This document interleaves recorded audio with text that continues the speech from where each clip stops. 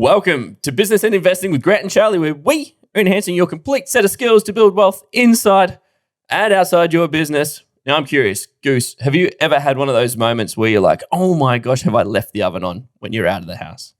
Have I ever had a moment where I'm like, yeah, I actually have had a moment where I left the oven on when I was, like in that specific context. In a metaphorical context, way more than that, but one time in the actual oven context, yes. Perfect. Have you?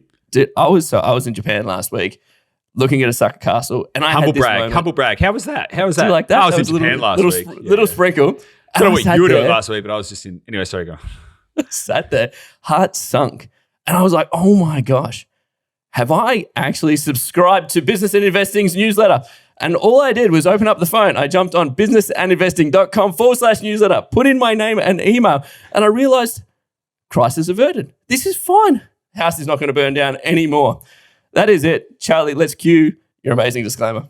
It's Charlie here from Business and Investing, and I need to let you know that Grant, myself, and the Business and Investing team are in no way, shape, or form qualified to give you personal or specific financial advice. We strongly encourage you seek out and use professionals when you are making investment decisions or comparing investment products.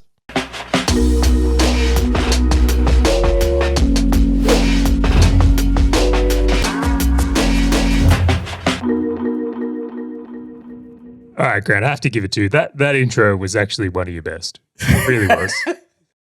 I'll pay that. I thought that was well done. Well done. Anyhow, moving on to the real reason we're here, not just to get newsletter subscribers. Today, we're very fortunate to be joined by Goose McGrath from Dashdot. We're going to be covering something a little bit different today, though. I mean, often when we have Goose on the podcast, we do a deep dive into property and wealth and a whole bunch of topics related to more real estate focus, sometimes business focus. But today I want to reveal a very, very different side of him because I've known Goose for, man, I was thinking about this the other day, it's quite a number of years now. And there's been some times where moments have come up, and I'm going to call them moments. I'm not going to assign them to a label as of yet. Actually, I will. I'm going to say there's been some moments where I perceive, I'm like, wow, that must have been hard. And there's been, I don't know if you're just one of those people when it's like things get hard, it's like you just step up to the plate like no one else.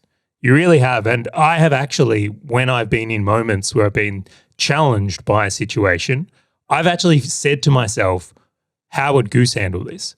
Because I was so impressed with how you've been able to overcome such things. What are the bracelets like WWGD? What would Goose do? They're available if you subscribe to the Business and Investing newsletter. You get a free "What Would Goose Do" wristband. Yes, I think we might need to do a merch drop.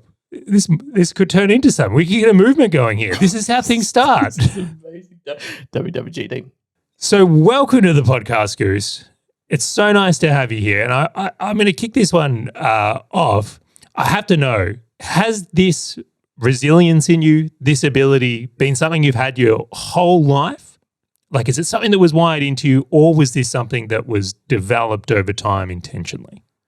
I think there's probably an element of both, but let me kind of like give that a little bit more context. I don't think that anyone innately, like I don't think it's like a genetic predisposition to being more resilient or any of those kind of things. I actually think it is an outcome of environmental factors that gives you that kind of capability and perspective. If you really think about it, it's like what would make a 3-year-old different from another 3-year-old, a 10-year-old different to another 10-year-old. And so there is an element to which various circumstances throughout my life gave me the opportunity to have perspectives which have been beneficial later in life. Outside of that, yes, absolutely, it has been a deliberate focus on how do I continue to develop that capability, because I realized that it's kind of the key to a lot of stuff. So yeah, I'd say it's a combination of things. And I think if you really want to kind of like dig into it, we can kind of like cover some of that kind of foundational stuff, and then we can kind of maybe talk about like practically, like how do you kind of deal with these kind of things, because I've developed those capabilities quite a lot. I mean, where do you want to go? Which way do you want to go? Because I can kind of like riff on a whole bunch of stuff. Oh, and I'm excited to see where we go with this. My general finding is, and I'm going to use like let's say a challenge comes up and we'll give it like a 0 to 10. It's like most people get over 2s and 3s really well. It's like, oh yeah, especially business owners, because we face challenge all the time. It's when the 7s and 8s and 9s and 10s come up is where you will see many people come undone. And even in myself, this is something I've intentionally put a lot of time into as a skill, because much to what you referenced earlier, I realized this is the difference. So at times, there's almost this illusion that like you might fix a problem and then you're going to have no more problems in business. You may have lured yourself into that at a point of like, if I just fix this, then things will be rosy. And turns out not so much. So it's a different attitude to go at, but let's dig into it at the foundational layer. Let's have a look at it. Yeah, okay, cool. So I think, look, for some context is probably helpful. So I grew up in a totally fine family, but we had issues. We had issues, and early on there was some pretty major formative stuff that happened to me. I shattered my spine in a motorbike accident. That was pretty major. That completely changed the trajectory of my life, and it really gave me a perspective. It was a proper near death experience. Later on, I realized how much how much that kind of changed my perspective on life. At the time, I was just kind of going through things. We had some pretty major mental health stuff happen in my family, and a whole bunch of other kind of things break down. But through a series of events, I worked out that it was there was much more to be gained by running towards the fire than away from it. You hear the kind of thing like, if a house is burning down, would you run towards it or away from it? And in my experience, the greatest thing that you can ever do is to kind of like seek to try and solve, because you're gonna help other people. And so, in a very literal sense, there was moments in my life where I had to walk into harm's way in a literal sense for the benefit of wanting to help other people. And that kind of set me up with a frame. And I ended up doing event management and stuff like that all around the world, and major stuff. When you've got festivals and events, you're dealing with like tens of thousands of people on site. People die, like it happens. There's major accidents, people die, there's fires, there's all these kind of things. And over time, I developed a resilience to these kind of like really major outcomes, to the degree that it was like, if something major happened, like a cyclone or a death or there's been a massive collapse of something, it was like, call Goose. Goose is the guy to call. And so that became a part of my identity as well, and really built within me. And so once you've been to enough of those kind of things, it's kind of like a paramedic in a sense. It's like once you've been exposed to enough trauma, you start to put everything else in context. So there's some really kind of like background stuff that's important, but you don't have to have gone through all of that kind of stuff in order to develop resilience. The good thing about those kind of situations that came around through my life, they gave me the perspective to understand.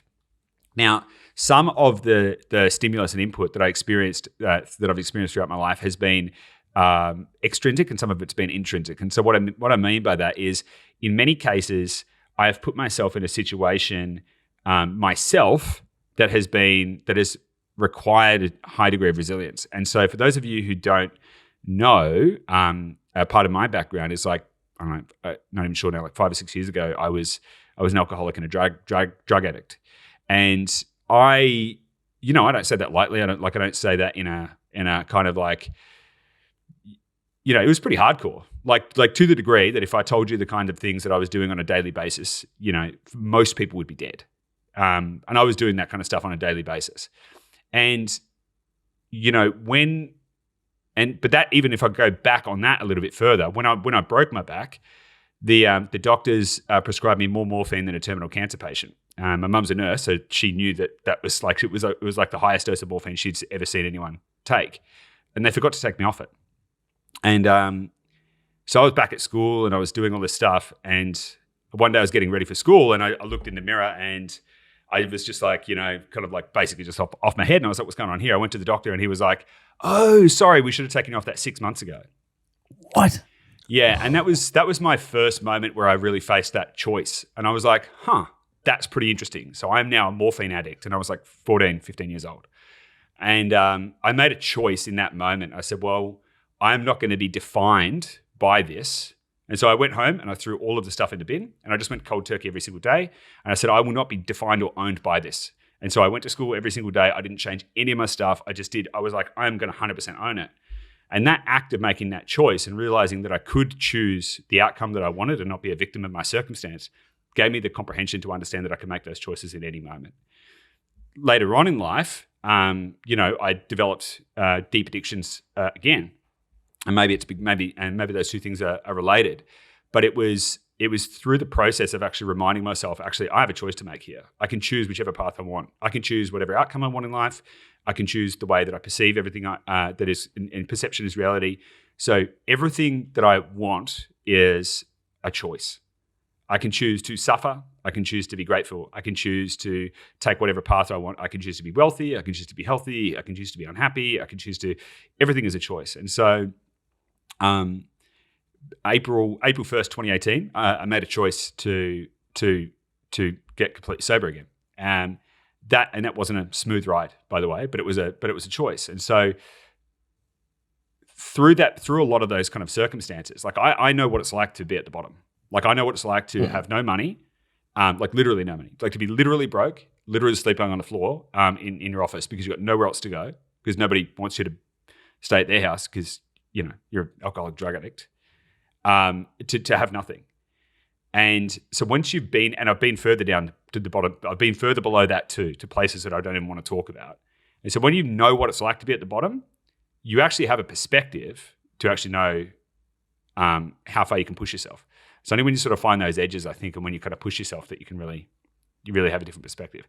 Now, again, we can talk about tools and practicality, so you don't have to become a drug addict to go broke in order to develop resilience, but there's a little bit of background context. Can I come in on that one? Because I want to understand more about this because there's some significant moments in your life, and particularly at a younger and formative age. Yep. When I look at that, though, and you can use the power of hindsight to go through this, overcoming such things and at such a high degree, has that become an advantage for you in business where, like, when you look at some of that stuff, it's like, okay, an employee quits, it's like, this is nothing. It's nothing. So, like, a comparative view is that you are much more, I suppose, conditioned to handle higher degrees of challenge because of that? Yeah, 100%. But I don't want anyone to think that makes me special because anyone can develop the resilience. It's been useful to me because I've had, maybe we'll call it like a head start. Anyone can develop enough resilience, right? So, but I've had a bit of a head start because I've had all those experiences. And that's absolutely set me up for success. So if we talk about, let me give you a quick run through of the business side of things because we've then relevant to this. So we started Dashdot in 2019. We had $5,000, no safety net, no backup, no nothing. We didn't know anyone in the industry. We'd never done this kind of thing before. Never really run a business. Didn't know how to do sales and marketing. Like we had nothing, and there was no. It was like win or die, basically. It was like we had nothing, and so we had to walk around the supermarkets eating food off the shelf. Right, because we were like to choose, like, are we going to spend our $5,000 on ads or food? It was like, well, ads will hopefully make us money, right? So we did that. So we started pretty hardcore. Then we got some success, and we were like, yeah, we're rock stars. This is awesome, and we got some ego, and then COVID hit, and then when COVID hit, I just literally come from, I was like broke, drug addict, got sober. Kind of like started to try and make something of myself, started a business with $5,000, grind, fear, run, like try and get somewhere, started to get some traction, started thinking, life's finally good. I can actually do the things. I can go out and eat at a restaurant. Oh my God. And then this is why I felt so good. And then COVID hit and we had an unconditional money back guarantee on our, with our clients. So roughly 95% of our clients asked for a refund on the spot. So that was like money that had already come in that had already been spent, which we had to then return. Plus on new income coming in, we had a 97% loss of revenue from March to April. And so we basically went back to, and Charlie, you were around at that point, so you kind of know that moment. I'm pridefully one of the 5% of people who hung around, by the way. Yeah. All those other ones. Totally. And you did exceptionally well because of it, right? So can we call them up? We'll start a call-in show. No, I'm not spiteful at all. Ramsey, here it is. But but that was literally back to. Okay, I remember having the conversations with Gabby. I was like, "What are we going to do about food? Like, Like literally, what are we going to do about food? And that was really hard. That was tough. That was really tough. And as we were going through that, the benefit that I had of like, well, what is the worst that can happen? And I've got some, this is a really interesting kind of way to think about it. It's like, what's the worst that can happen? And so, you've probably said before on this show, and if anyone, like, what's the upside, what's the downside, and can I live with the downside? The benefit of having hit rock bottom, like real rock bottom, like legit rock bottom, is that, man, everything's upside from there. So it's like, will it ever get that bad again? I don't know. This probably isn't as bad as that. Okay, well, let's just keep going. Now, there's other things you need to do to kind of shift your perspective about how to move forward. But having that frame on it's like, well, how bad is it? And, when you play things through, a lot of people, when they think about like, what's the worst that could happen? They actually don't think about what's the worst that can happen. They actually don't. They think about Can like, I just ask one quick thing there? Yeah. I think that's a really interesting frame where it's like, what's the worst that can happen? And you've, related that to the idea that, well, we've had nothing before and we were okay. Has this changed for you as you've had, I suppose, developed something to lose? Because when you've got nothing, right, playing from the place where there's nothing to lose is very, very different than having something to lose. And it can adjust people's psychology in a big way. And like, ask this specifically to you, Goose, because you are someone now that, well, has something. And yet I still see this immense, well, I'm going to call it a superpower in you, this fortitude and mindset that comes out in challenging circumstance. So it changes, right? So it changes. 100% changes. Because when you've got nothing to lose, you've got everything to play for. So, the odds are that you won't go to zero. So everything 100% is upside. Everything's upside from zero. Okay. So when you've got nothing, you've got everything to play for. When you've got something, you've got everything to lose. However, what people don't consider enough is, like, people think, what if this doesn't work? But then it's like, what if it does? And most people, when they face a challenge, so let's say, oh my God, and we've had loads of challenges. I'm happy to talk about all of them, right? So we COVID, shitloads of loss of revenue. Okay, got it. Then 2021, we started growing massively. One of the fastest growing companies in Australia. Last year, our growth rate was outstripping we were trying to grow faster than we could, and we hit some turbulence. We had to let go 20% of our team. That was really hard. We've had all these kind of moments, and then we've now got a tech company, and that's having funding issues. It's just like punch after punch after punch. But here's the thing: in order for you to actually understand the scale of the problem, you need to actually analyze the problem, and then you also need to actually analyze, what am I doing about it? Right? Because a lot of people will say something like, I've tried everything. And it's like, have you actually tried everything? Like, if you made a list of all of the things that you could try, you don't need all of them to work. You just need one of them to work. And until you've actually exhausted all opportunities, which you almost can't, right? If you really think about it, you almost can't exhaust all of the opportunities. You can exhaust yourself. You can get to a point where you say, I'm not willing to try anymore.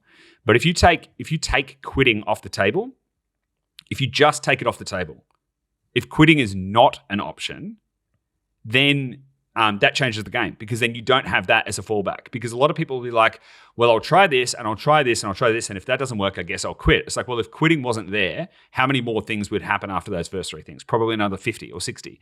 And eventually you would get there. Like, a lot of people say that you only lose when you quit. And that's 100% true. Now, I'm going to put a preface on this. That does not mean that you should keep doing things that are not aligned with your values and your vision just because you started them. Okay, so there's a very real perspective, because sometimes we walk down a path and we realize that's not the path we want to walk anymore, and that's okay. And so no one should ever feel like, well, I started this thing, and if I quit, I'm going to be a loser. But it's about making a choice from empowerment versus disempowerment, versus a place of saying, well, okay, what am I going to do about this to make this the right outcome for me, versus being a victim of my circumstance. Yeah. And so, go on. You want to yeah. Because I like that. And you're kind of alluding to this process around how you think through it. So let's make it a little bit more applicable to someone who might not have been through sort of the situation that you've been through. And by the way, thank you very much for sharing that. Holy smokes. So imagine you're talking to someone who's in business, and they've hit a serious challenge where, to use your example, they might need to cut 20% of their workforce, right? Yep. And most people go and grab the tub of ice cream, eat the tub of ice cream, go, I'm not going to go. Why do you always have to reference the thing I do when you bring this up? We put this on a podcast, Goose, and he brings it up. And you know what? A few people did send me photos of Connoisseur's ice cream because they're in the same camp, right? They do something similar. So to my people out there that don't mind a tub of Connoisseurs when things get hard, I'm with you. But anyway. Yeah, so most people they go into a hole, they kind of recalibrate themselves, and then they choose the path, right? Yeah. And there's a meme that I always think about of these two guys, one in a suit, one on a homeless on a bench, and it's like, the caption is, I'm this way because my father's an alcoholic, right? Everyone has choices. But I want to understand, you've got this process that is applicable. Can you just walk us through? So use that example. They need to remove. No, so this is great, right? Because it's one thing for me, and it's another thing for if someone came to me for advice, what would I tell them to do? Exactly. Right? And so the very first thing is you need to actually get some perspective, right? Because a lot of the time we're solving for the problem that isn't. And so a lot of it is fear driven. And so when fear starts to take hold and your amygdala starts firing, you'll start seeing things that aren't there. Literally, you'll start seeing things that aren't there. I will talk from a very recent personal circumstance. Over the last couple of weeks, my mindset has been a little bit, let's just say I've went into a place where I was only seeing problems, not solutions. And I was looking at all this stuff and I was going, everything's we're dead. Thankfully, I've had enough goes of this roundabout that I was like, God damn it. I reckon there's a better than even chance that if I can shift my perspective, there's probably no problem. And lo and behold, I shifted my perspective and realized there was no problem other than the problem that I perceived. Okay, so that's the first thing. How do you actually know that this is a problem? And so there's 4 questions. So Byron Katie Byron Katie's an author. She's got a great book called The Work. And the first thing I would suggest that people do when they face a big challenge, whether it's got to lay off my team or I think I might need to, let's reduce that down. I'm scared about money. Okay, that's actually probably a better frame because you don't know if you need to lay off your team or not. So the very first question to ask yourself is this thought true? That's the very first question. Is this thought true? Okay, write that down. Then the next question is, how can I absolutely know that this is true? That's a very clarifying question because you might say, I'm going to run out of money. And it's well, how can I absolutely know that? How can I remove all doubt that is fact? That requires that you go then do a whole bunch of work to validate that is true or not true. Usually, that will present some very enlightening outcomes where you might start to see some potential solutions. The next question is... Can we just use an example around that? So you might say, oh, look, I'm scared of money here, and go, all right, that we recognize that. Is that thought true? And it might be, well, are you going to run out of money, I think was actually your question. And then you go, is this true? And then you look at your bank account and you go, all right, well, we might actually run out of money. But then the perspective shift might be, well, actually, I could sell a property or get a loan. There's more money out there. It's not true that I might run out of this money, but it's not fact of all money. Yeah, totally. Or maybe do I just need to remove some of those expenses? Or maybe it's just not that bad. Maybe it's just not as bad as I think it is. Maybe it's actually just not as bad as I think it is. And so you kind of start to open up all these possibilities. It's all right, maybe I'll run out of money if I keep spending money the way that I am spending it. But what if I just tweaked these things? Maybe I don't even need to let anyone go. No, maybe we just stop spending money in that area and maybe that's fine. And so you sort of... I could try Buller ice cream instead of Connoisseurs. We might get through, right? I'll buy you Charlie. I got you covered, man. Sugar on ice blocks, something like that might be an option as well. That is the ice candy in the Philippines is shaved ice with a bit of cordial poured on top. There you go. I'll get you some of that, Charlie. So the 4 questions, I've got a few things I want to get through, right? So, but the four questions are: is this thought true? The second one is, how can I absolutely know that this is true? And the third one is, what happens when I believe this thought? What happens when I believe the thought? And usually what happens when you believe the thought is you're going to be stressed, you're going to be upset, you're going to be depressed, and whatever. And then the fourth question is, who would I be without that thought? That is the best way that you can start to detach yourself from the emotions related to the things you're thinking about, because nothing has any emotion other than that with which you give it. Nothing has any emotion. There is no good, there is no bad, there is just things. And so a perceived financial issue might actually not even be a financial issue, or it could just be hey, currently our expenses are greater than our income. Okay, well, that's not necessarily a problem. That's just a fact. Okay, well, if I don't have any emotion around that, then what are the various ways that I could solve that specific issue in my business, right? Versus, oh my God, I'm going to fail. We're running out of money. Oh, we're not making enough money.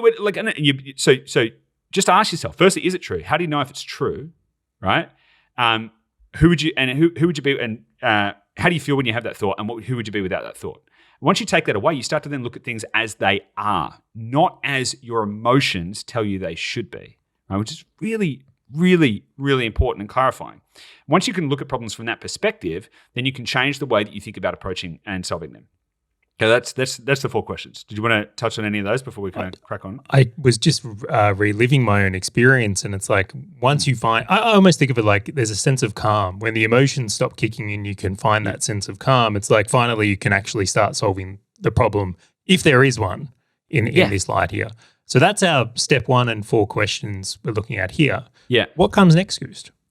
So the next is a really good exercise in turning problems into solutions, right? Or turning challenges into solutions and solutions into outcomes. And this is a really good exercise for anyone just to develop a growth mindset or to just try and work through a bunch of stuff. So if you then work out what are the kind of roadblocks or challenges that you currently face, list them all down, write them all down. And then write down 5 ways for each one of those problems or challenges or roadblocks, 5 ways that they're good for you, 5 ways that they're a good thing, right? So let's just stick on the train that we're on. Okay, let's say the challenge is my expenses are greater than my income, which could lead to a situation where you're going to let people go and all of that kind of stuff and everything like that. It's like, okay, well, how is this a good thing? So write down 5 ways that it's a good thing. Well, this is a good thing because what it's going to do is it's going to cause me to go and find ways to make my business more efficient. That's a good thing. That's going to be better for valuation. It's going to be better for profitability. That's awesome. Why is this a good thing? Because I'm going to learn this thing. Why is this a good thing? Because we may want to innovate and create a new product. Why is this a good thing? So you can list all the ways that it's a good thing. And then for each of those reasons that it's a positive outcome, you then create one action item for each of those. And so you can then literally take any challenging situation and turn it into positive activity, which is the most important thing, because anxiety comes from a lack of clarity. That's where it comes from. Anxiety comes from a lack of clarity, and action creates clarity, whatever that is. So where people get stuck is they get anxious and then they stop taking action. They stop taking positive, proactive steps, even if they're the wrong ones. Like even if it's the wrong step, taking a step is going to give you clarity to know if that's right or wrong, which is super important. And so I think that's kind of a good next step. And we can kind of keep going, but did you want to dig into any of that? I want to keep going on the back of that. So step 2 is essentially like, what are the roadblocks and challenges that I got? What are the 5 ways that these are actually good things? And then an action item for the good things. But it's the reframe, right? It's just the whole complete turning it into something. Yeah. I'm assuming that the next one has to be like writing the 5 ways that this challenge isn't, or how we're actually going to overcome the thing, or is the actions around the positive view the solution to it? It's mostly about shifting perspective, right? Because once you can change your perspective on things, like everything else can shift. Because there is no good or bad, there just is. And so most of it is around how do you change your perspective such that you stop viewing it as a problem and start just viewing it as a fact. And once you can operate from that perspective, you're able to make much better decisions. And this comes around to like things like identity and stuff as well.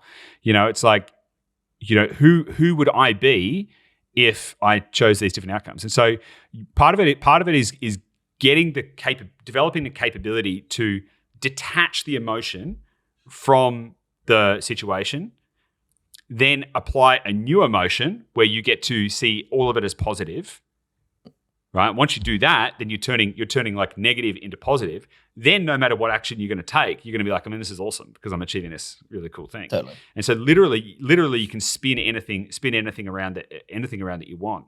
And what that does over time, if you continuously kind of do that, and I do all of this on autopilot these days, right? And so I don't actually have to sit down and kind of go through a process, so to speak. I do this on autopilot. What happens over time, just like anything, as you build up reps and it starts to happen faster and becomes automatic, what will eventually happen is a challenge will come up, and the moment that it comes up, you'll find joy, which sounds bizarre. Yep. Like you hear people say like, "Oh, I see challenges as solutions, and they make me happy." Like literally. Now, aside from sometimes I go through a funk. So I've gone through a little bit of a funk recently, and that's cool. And I've just pulled my way out of it. And I want to talk about yin and yang energy as well, because I think there's some really good lessons in there.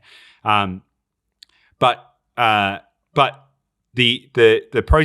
process of doing that is what's going to set you free. So. And then step 3 is actually doing the thing, doing the actions, or is there take some action? Yeah, take some action. Do the thing that you've talked about. Just do anything. Like literally do anything. Is going to take you closer to somewhere, right? Because anxiety is the thing that kind of gets people in the way, and it's because of expectation on themselves. Like what are other people going to think of me? How am I going to think about myself? And so once you can kind of disconnect from that, you can start to take positive action. Do you give yourself time to really like reflect on it? I know step 1's asking these questions, but like, do you massively? So I want to talk about that actually, because in my experience, when we hit these moments of like, we'll call them intense emotions, it's usually quite a yang energy. And so what I mean by that, it's like high frequency. Like if you feel your body, you're like, your brain is like, ning, ning, ning, ning, ning, ning, ning. You're like this really high, intense frequency.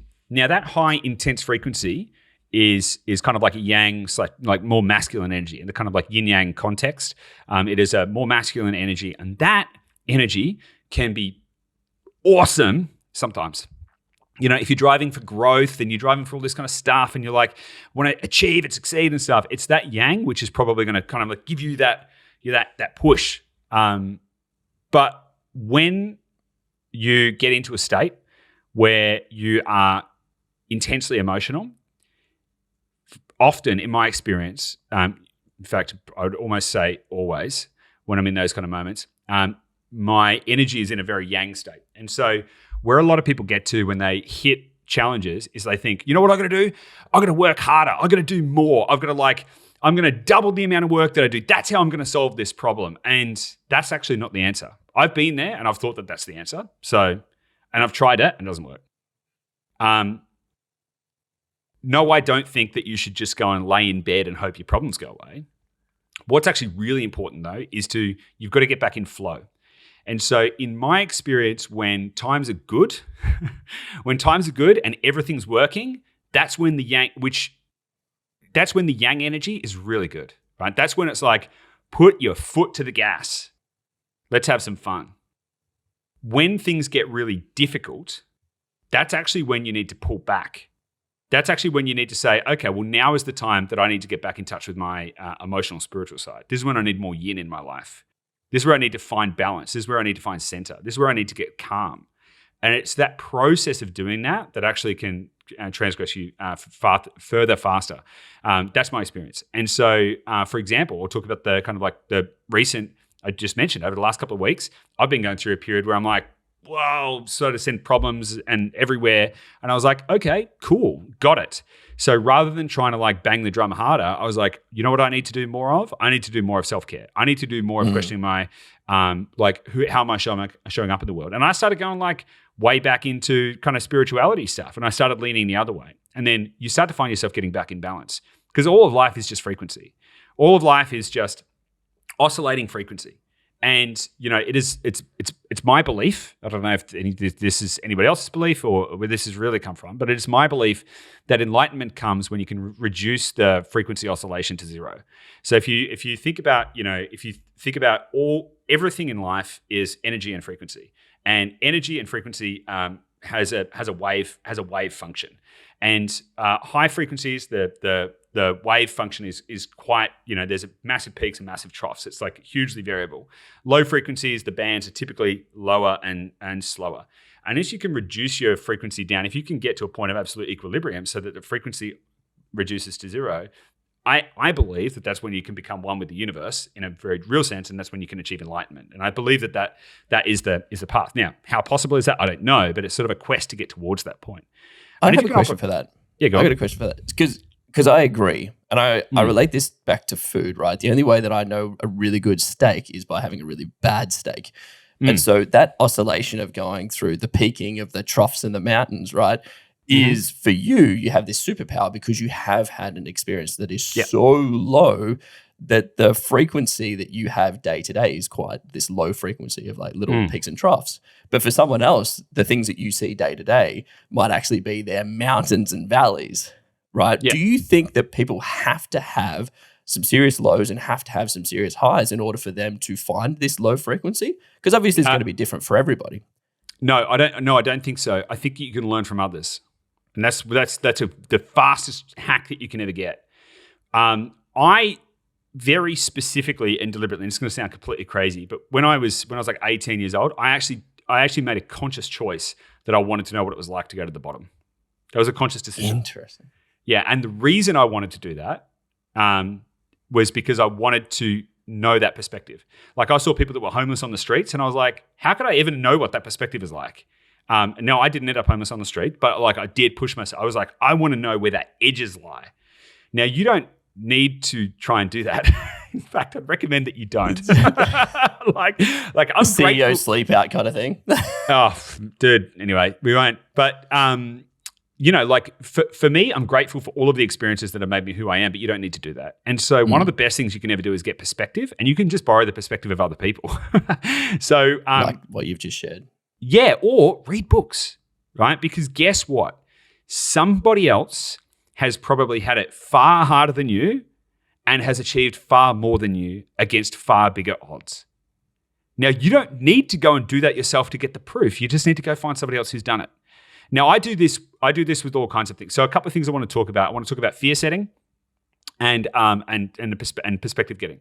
And both of those require casting your mind out into somebody else, right? So from a fear setting perspective, the way that I like to think through a kind of decision matrix is like, if everything went as bad as it could possibly go, am I good or like am I okay, right? And so most people just aren't prepared to do that. And as bad as it can possibly get is probably going to end up somewhere between I'm dead or I'm broken living at my parents' house, right? That's usually. So you've got to understand like how hard are you prepared to going to go into anything, and what is the little. Now sometimes those downsides, the practicality of that downside isn't that bad, and so you sort of measure up from there. But you've got to get comfortable. You've got to get really comfortable. It's like getting comfortable with death, right? I'm totally comfortable with death because I made peace with it a very long time ago. And the more that you can kind of get comfortable with these like completely negative outcomes, the less fear you have to have around them. The other thing about it is perspective getting. And I see you want to say something, Charlie, but I'll just wrap up on this point. Perspective getting is super, super valuable. And you can use that for achievement, and you can use that to pull yourself off the bottom. So for example, when we started to grow Dashdot, we grew from 4 to 85 people in 18 months, which was pretty quick. And other people have done it faster, but that was pretty quick. The thing that shifted the thing that shifted my perspective on that is I started going, well, I don't know. I don't even know what a lot of employees in a business is. And so I was like, how many employees does PwC have? And it's like 250,000. How many employees does and it was 2021. Like 2021, it was 100 years of Disney and they had something like 280,000 employees. And I was like, that's on average 2,800 employees every year. And I'm trying to like hire 2. I was like, okay, perspective. Vice versa, if you're having a tough moment in business, guess what? Tons of really successful people have also had those tough moments. You can read Shoe Dog by Phil Knight, for example. Just what you want to do is you want to go, okay, who's done this? Because if you can see someone else who's done it before you, then you know that it's possible. It's like the 4-minute mile.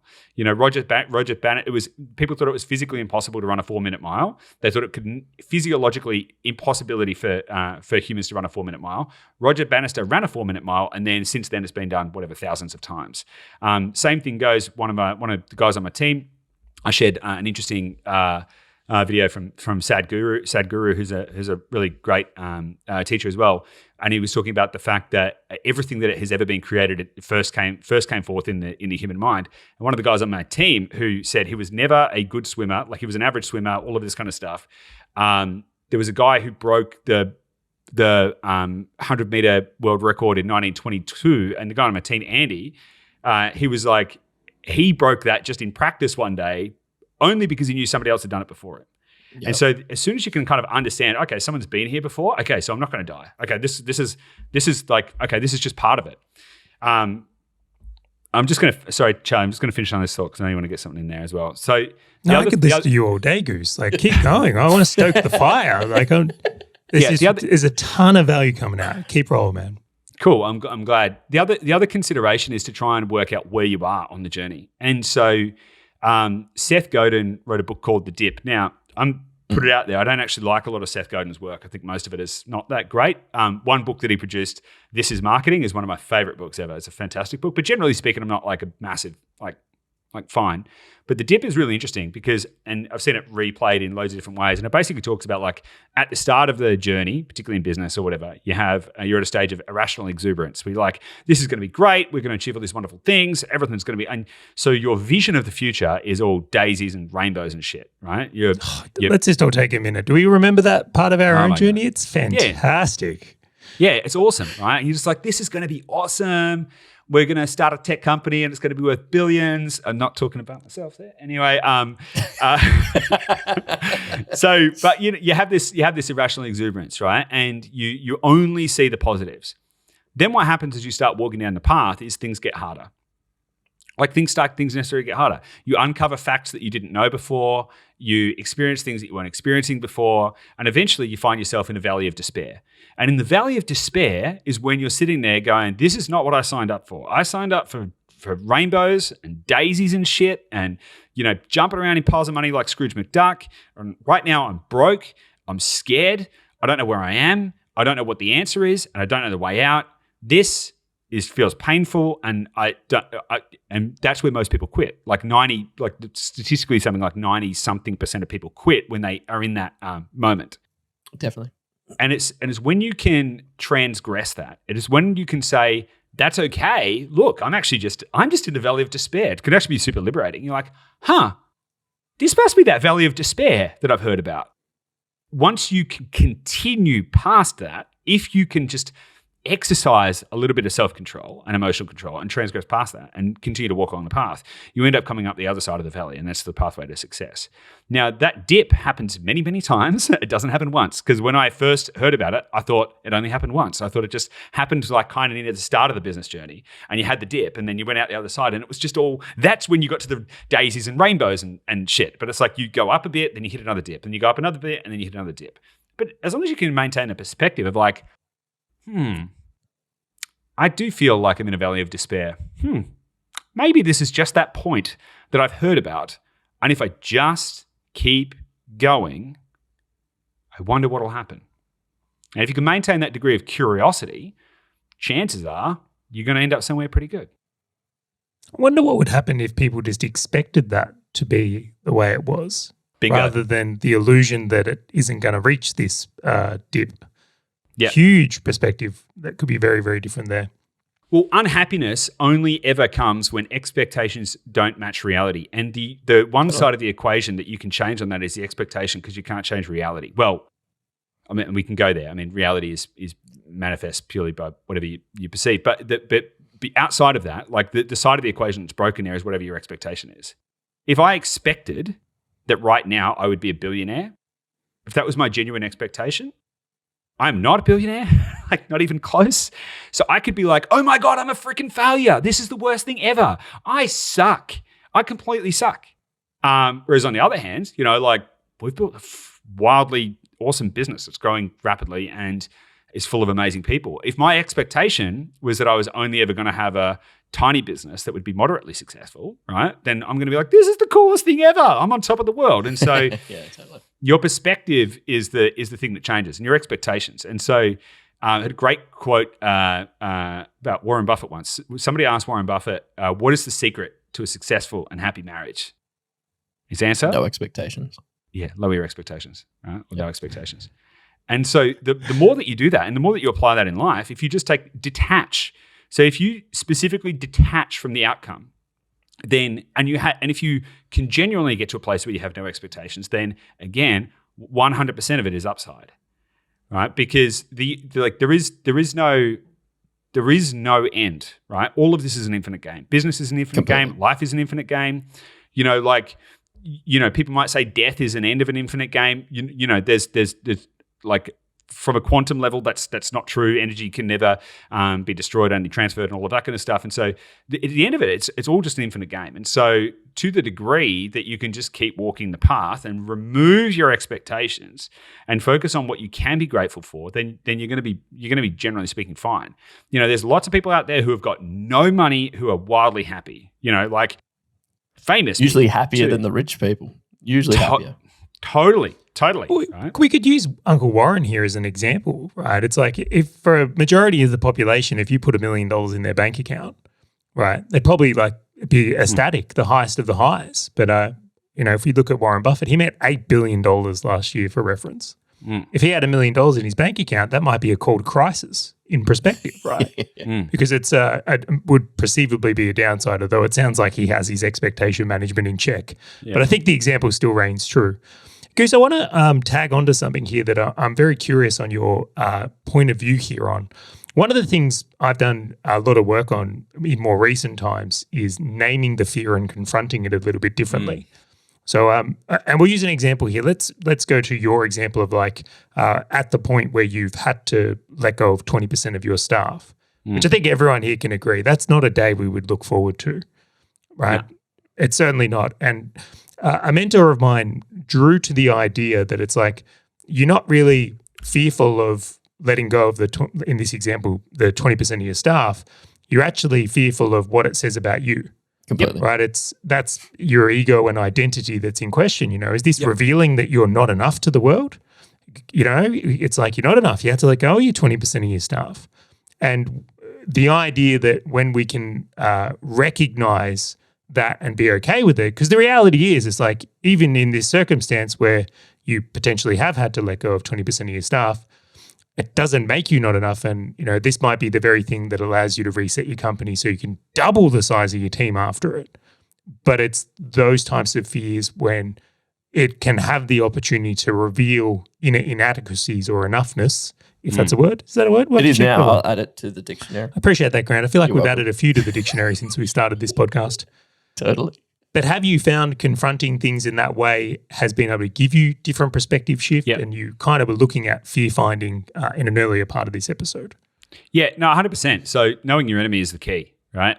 And what you tend to find if you dig deep enough is the enemy is almost always you, right? And so that's the most interesting part about it. So and I haven't spoken about this much generally for obvious reasons, right? But like when we had to let go 20% of our team, that was an extremely, really difficult time in the business. And at that time when that was happening, I was in a bad way emotionally. And the reason I was in a bad way emotionally is because of I'll call it like PTSD from previous experiences I had in my life. I had previously had a business fail, and then it was like it's all happening again, and it was horrifying. And I was in this real state of like terror around, and it was all related to me. The business actually got better after we did that. By the way, like the business got better, the team, the culture got better. We just got awarded second best place to work in our category, and so these things don't happen because because it had nothing to do with the situation. Everyone understood the situation. Everyone understood where we were. But for me, it was one of the most emotionally challenging times that I've had recently because of what I was saying that meant about my identity. And so it's like a Sun Tzu type thing in Art of War is know your enemy, right? Because if you know your enemy, then you can know all of the things you need to do to be able to outwit and outsmart them. And 9 times out of 10, it's going to be you. It's not going to be anything else. And, and your ability to think creatively and laterally to solve a problem is going to be the key to your success. Because you could have a situation where let's pick a different scenario, right? Let's just make one up. Let's say you built a business, right? And you're like, okay, I built this business, but I fucking hate it. I hate my life, right? What are you going to do? You could be like, well, If I walk away, I'm a loser. But I hate being here and I hate myself. And now I'm angry with my partner. And, you can end up in a pretty bad situation. And it's like, well, what would happen? Like, what are the options you've got? You could try and sell it. Maybe no one wants to buy it. You could shut it down, but then you'd be like, everything that I've worked for the last 10 years or whatever is a waste. And, you can kind of end up with this. It's like, yeah, or you could just like work out what good looks like for you and then find a solution to that. So maybe what good looks like for you is, I don't know, $100,000 a year, and you work 2 hours a week. What if you gave the company to the employees? Like, if that was the outcome that you wanted, what if you just said, all right, cool, here's the deal, guys. You take the business, have it. I want $100,000 a year, and I'll meet with you 2 hours a week. Now, that may not be a good solution for some businesses, but it could be a freaking great solution to others. And so that's an example of how you might be able to think how to arrive at the outcome that you want. But in order to do that, you need to first really critically think, like, what are you trying to solve for? Because most people are trying to solve for the wrong thing. Most people don't actually know what the problem is. They think they know what the problem is, but they're diagnosing the wrong symptom. It's like, yeah. So, giving the wrong medication for the wrong outcome. And so knowing your enemy and knowing what that really is the key. I also think they don't know the outcome they're going for. Yeah. Which is so they're just solving for nothing. Dude, 100%. 100%. Like, if you don't know, Charlie, you and I talked about this on my other podcast, The Wild Goose Chase. Asking yourself a question, what do you want and am I happy, is really powerful questions to ask yourself. And most people don't know what they want. That's the biggest mistake. Most people have no idea what they want. But here's a big thing. I just want to give everyone permission, anyone who's listening to this. Most people don't realize that they have permission to get their goals wrong. And so most people don't set goals and don't set a vision because they go to write it down and they're like, all right, let's just use an example, right? I want to own a private jet. And they go to write it down and they're like, oh, but what if I don't? And what if, and maybe I don't know what that's like. And so they get stuck in this idea of like, I don't even know if that's a good goal to write down. And they write down nothing. By writing down nothing, they have no direction. And so they're choosing to walk through life with a blindfold on. What most people don't realize is that it's okay to get it wrong. And in fact, there's 100% certainty, I think, that you will get it wrong, particularly in the first time you do it. The first time you write down your goals, they're probably going to be goals that other people have put in your head. They're probably going to be things like, you should be this degree of successful, right? You should come on, Goose. We know it. It's a house and a car. It always, every time I see it. Or for the property investors, Charlie, it's $100,000 worth of passive income. 10 mil business. 10 properties in 10 years, $100,000 passive income, $10 million business, Lamborghini or a BMW, nice house. It's all the same, right? It's all the same. And if you're really ambitious, like I was, and it was things like private jets and super yachts, right? Because I was like, no, not that interested in cars, right? So, but you start to realize over time that those goals, those things that you're trying to solve for, just might actually not be the right things to solve for. Completely. They're implants. They're things that have come from the perspective of other people. And it's so relatable to the challenges, right? Because a challenge that you think you need to overcome might actually be completely irrelevant because it doesn't even align to your goals. It's just seeing it as a problem 100%. You think you need to solve. 100%, and look, and there's good reasons to do all kinds of things, but only if those reasons are aligned with your values. Totally. So, for example, you might be like, well, I need to, in order to be considered successful, I need to grow my business into a $100 million business. Okay. And so what if you don't? Does that mean you're a failure? Or where did that kind of come from? Whereas you might actually be able to redefine that for like, what do I want out of life? And does a $100 million business equal the thing that I want out of life? Or does maybe a $5 million business do that, or any of these other kind of things? And so kind of really digging into that is really important, right? Because without all of this comes down to perspective. So everything we've been talking about is like how to overcome challenges. Like, well, how do you even know if it's bad? It's like, maybe you had a $10 million business, right? Maybe you had a $10 million business and it's failing, in inverted commas, down to a $5 million business. Well, how do you know that that's even bad? Like, how do you actually even know if that's a bad thing? Like, maybe you're just far better suited to running a $5 million business. Maybe you'll be happier. Maybe it's what you wanted and you self-sabotaged.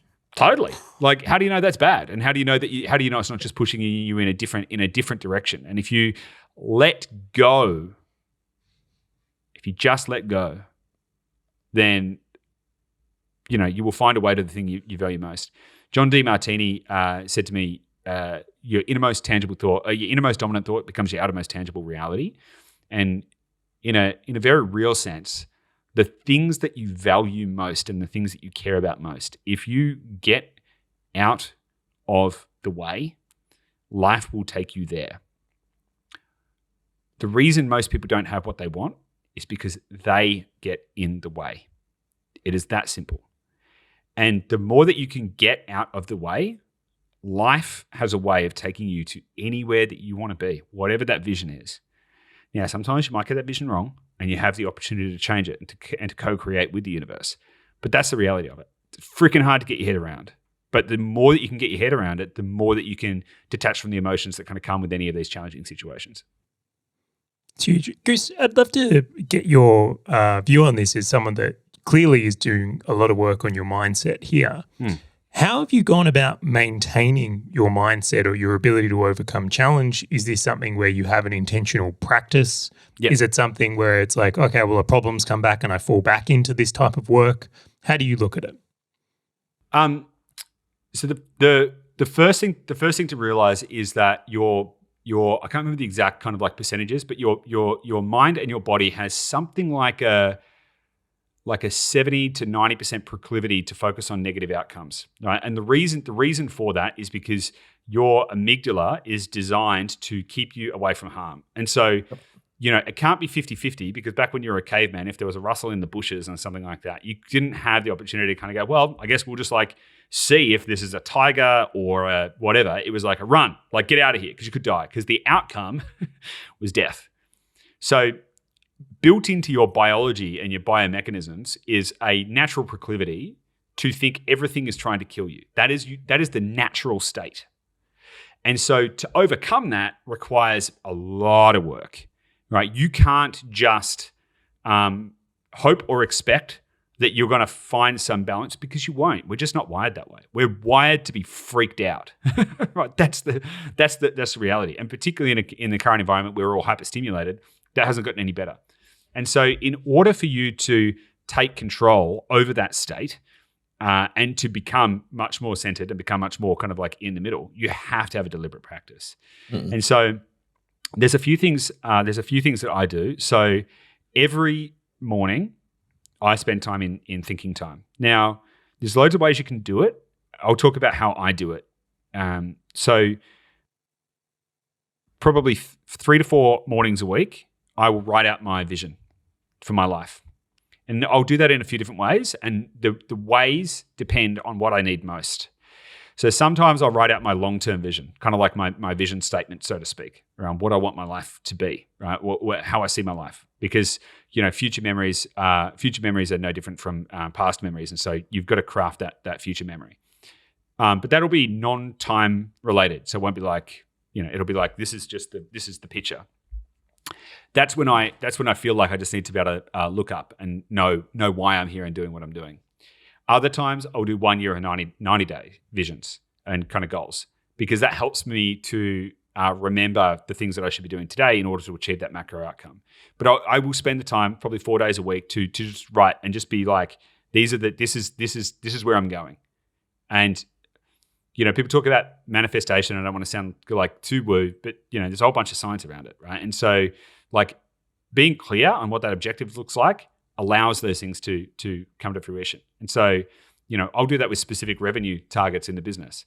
Now, the thing is, there's a certain threshold of like kind of believability versus stretch that seems to work. Like, I couldn't sit here today and be like, we're going to do $1 billion in revenue next month because there's like it's too disconnected from reality. You've sort of pushed it too far. So I've started to sort of find where that sweet spot is, and guess what? 90% of the time, the things that I write down actually happen, which is pretty awesome. So I do that sort of three or four times a week. The other alternative mornings, I still spend the same time in thinking time. It's usually about an hour a day. What I'll do in those times is I'll ask myself questions. And those questions will be dependent, again, on what's happening. So it could be a question like, what do I want? Or am I happy? Or it could be a question of, what are the biggest challenges I face right now? And I'll write all those down and start to work through them in the kind of systematic way that I spoke about earlier. Okay, cool. Why is this a good thing? And do stuff like that. Or, what is the biggest constraint that I face? Or any of these kind of things. And I'll just use it as an opportunity to spend the time to exercise the mind. Doing that as a continuous daily practice. I do that 7 days a week. That cultivates a mind that is seeking out the optimal outcomes all the time. Then there's things like health as well. So the key to kind of mental resilience and to overcoming all this kind of stuff is healthy body, healthy mind. It's not work harder. And this is coming from someone whose personal identity is wrapped up with being a hard worker. I am someone who's like, a huge part of my identity is wrapped up in my ability to work harder than everybody else. But what I know to be absolutely true is that working harder is not the answer. And so that's the kind of thing that I'm still kind of working through, to be honest. But the more that you can focus on, probably a balance. I don't think you just sit around and wish things into existence. I don't think that's true, right? I just don't think that's true. You have to take action towards the things you want to achieve, but you've also got to make sure that you're cultivating a healthy body and a healthy mind in order to be able to do that. Otherwise, you probably won't get what you want. Daily rituals, there we have it. Now, before we do round this one up, and so much in this episode in itself, and you've already mentioned a few of these, Goose, is there any resources, whether it's books or podcasts or even people? Like I know we've mentioned Dee Martini, who I would consider someone who's fantastic on this topic. Yep. Is there any others you would recommend? Yeah, so look, there's a couple of ways you can kind of take this, right? You can take this from the like resilience kind of perspective, and like that kind of grit and kind of toughness kind of perspective. If you want to go down that path, you got to kind of like, you've got Tim Grover with his book Relentless. That's a great one. Chasing Excellence by Ben Bergeron. That's another really good one as well. You recommended that to me. Fantastic book. I loved that one. Highly recommend. Book. Great book. Then there's sort of like David Goggins and there's all that kind of stuff as well. But looping back into kind of the thread that we were pulling on to this conversation, the biggest shift that you can make is a shift around your emotions and your perspective and particularly around reality and all of that kind of stuff. It is very important that you develop get comfortable being uncomfortable, right? And so just going back to the kind of like the David Gogginses and the Michael Jordans and the like, get really comfortable with being uncomfortable and be prepared to push yourself. Get comfortable with pain. Like going to the gym doesn't usually feel nice. Feel nice afterwards, but like doing the work is hard. It hurts. But that's on the other side of pain is usually a great outcome, right? So where I tend to go though, in a more true kind of sense, is and a book that I would recommend is The 7 Spiritual Laws of Success by Deepak Chopra. I find that book to be a great distillation of a lot of concepts that you might see floating around in all elements of personal development with all kinds of different people. It's a great book. Don't get the pocketbook abridged version, which a lot of people get for some reason. Get the full version. It's only about 50 pages longer, but it's much more complete. I've found that to be super useful. Again, I tend to try and do the inner work first now. I used to go towards the I need people that are going to pump me up and give me motivation. So I used to go, all right, times are tough. I need people like Grant Cardone, who's like full energy, right? Or I needed these things that were going to pump me up. And I've realized more and more now that what I need is the opposite. And so, yeah, I'll look to like Deepak Chopra, John Dee Martini, Joe Dispenza,